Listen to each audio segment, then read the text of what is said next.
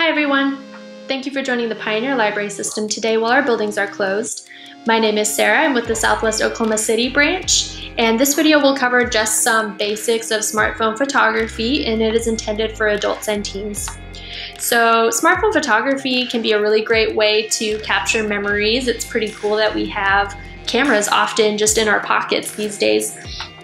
But it can also be a really great solo activity or even a mindfulness activity. It can really keep you attentive and aware to just the little instances of beauty around us every day. So whatever you're wanting to shoot and with whatever camera you have, here are just some things that you can keep in mind to create and communicate what you're wanting to capture.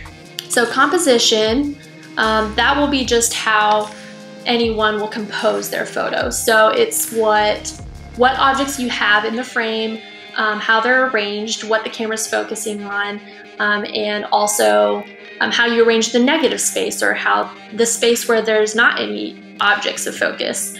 And to adjust a focus on a smartphone, most of them, if you tap the object that you're wanting to focus on, it'll adjust, and it'll also adjust the lighting or the exposure rather for what you tap on. So, but with that in mind, one widely known composition and used composition is the rule of thirds. So in a rule of thirds composition, you'll divide the photo both vertically and horizontally into thirds, and then you'll want your items of focus to run generally along some of those lines as well as where those lines intersect. So here's an example of a rule of thirds composition, and you can really see when you have those lines there that flower falls along that left line, and the head of the flower and the bright sun fall on those points of intersection, and then where the camera is focused on the grass also falls along that bottom line.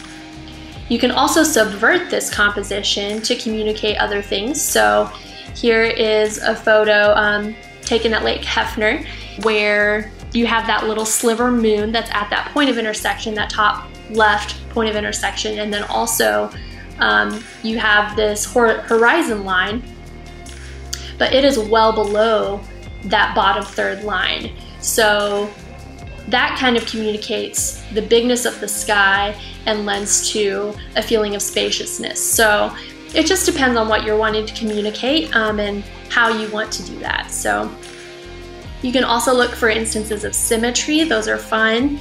This is at our Norman East branch down by Thunderbird. And here is an instance of asymmetry. This is actually at Lake Thunderbird. You have a couple of flowers, but one is taller, one's down here, and they're both kind of facing different directions. So you can use that kind of asymmetry to provide interest in a photo as well.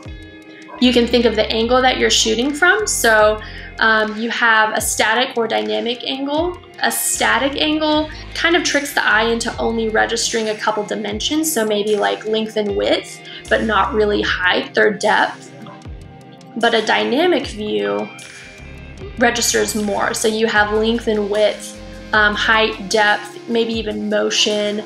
So for this photo, since it's of a meditation cushion, I actually like the static shot better because I think that communicates the stillness of the activity. So it's just what you're trying to express. It's also fun to find frames within frames. So here we have, so you have the frame of the photo itself, but you can also arrange objects so that they create a frame in the photo itself. So these rocks here kind of create a lower frame for this photo. This flooring frames Miss Baird very nicely. Tree branches and tree trunks, those always create beautiful frames within frames. And you can even find them in weird places like a kitchen pot. So it's kind of fun to find all the weird places you can find frames from. Another thing to consider is lighting. It is significant, especially in smartphone photography, because of the low range of the cameras.